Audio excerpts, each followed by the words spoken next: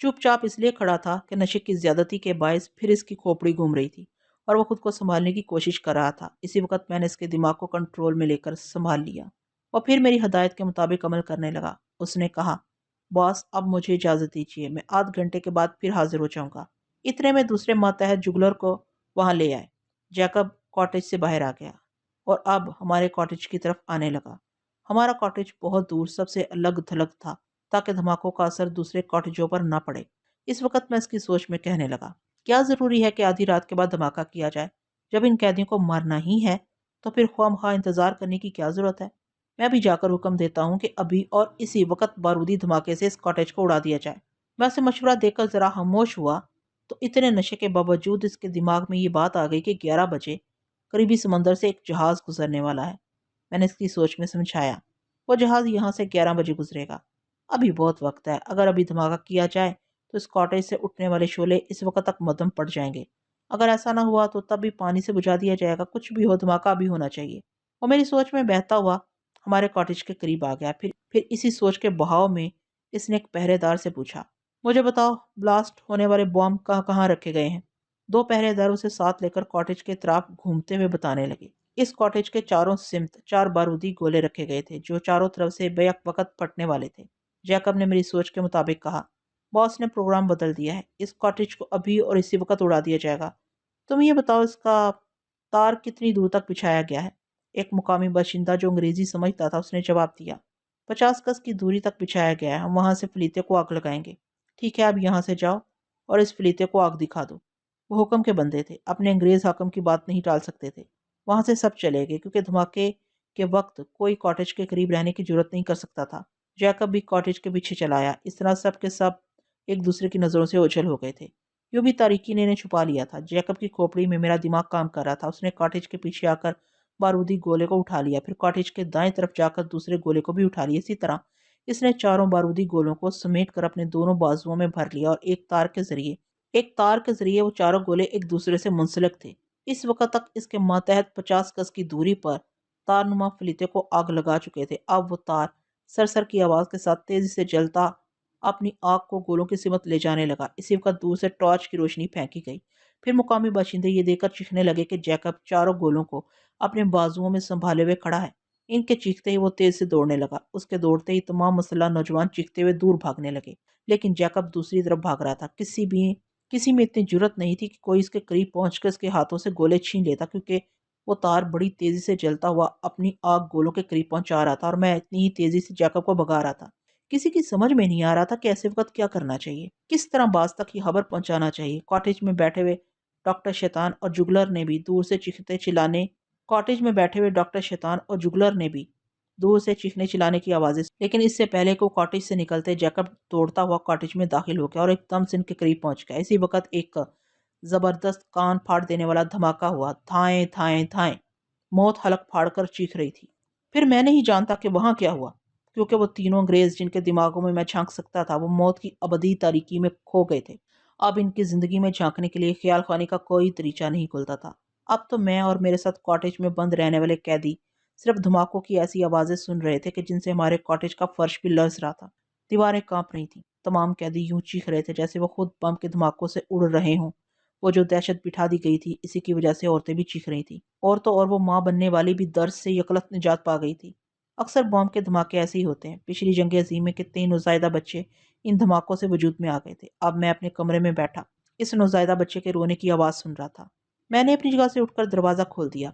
سونیا دروازے کے پاس ہی بے چینی سے میرا انتظار کر رہی تھی۔ مجھے دیکھتے ہی جلدی سے آ کر لپٹ گئی۔